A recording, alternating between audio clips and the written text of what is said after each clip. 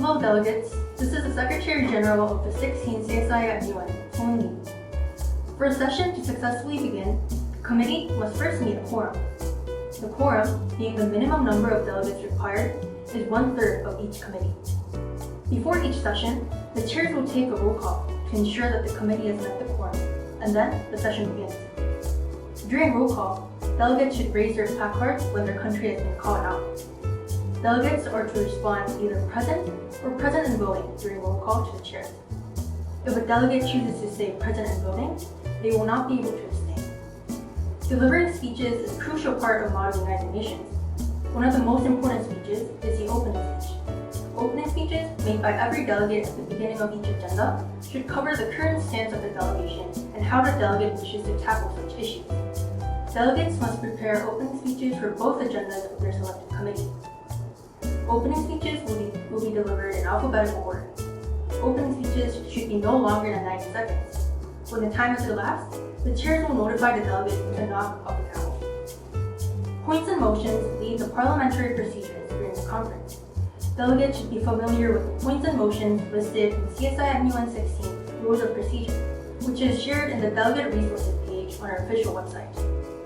If a delegate wishes to raise a point or a motion, delegates may do so by raising their placards and stating their point upon being recognized by the chair.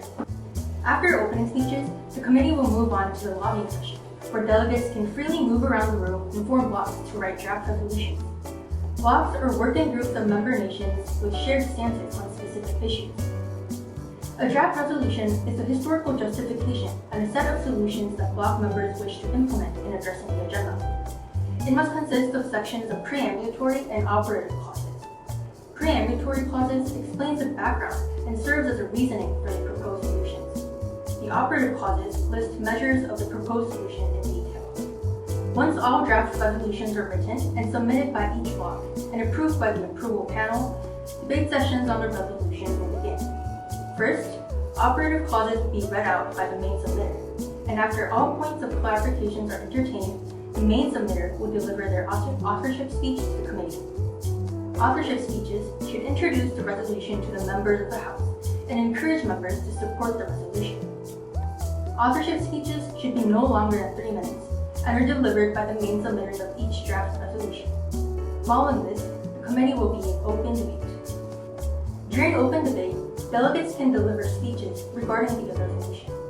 Delegates may support, oppose, or discuss their opinions on the resolution. Speeches are limited to 90 seconds. When the floor is open, you can raise your placard to give a speech. When you are recognized by the chairs, approach the podium and begin.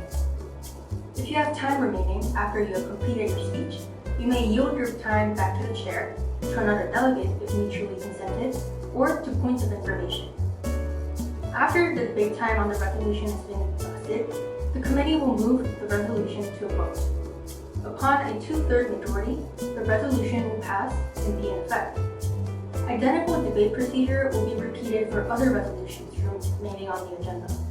And when all resolutions on the agenda have been debated, the committee will move on to the second agenda. During open debate, amendments or requests made by delegates to make changes to the draft resolutions may be submitted. There are 3 types of amendments: strike, change, and add. Once approved by the chairs, the amendment can be introduced to the committee by raising a motion to introduce amendment.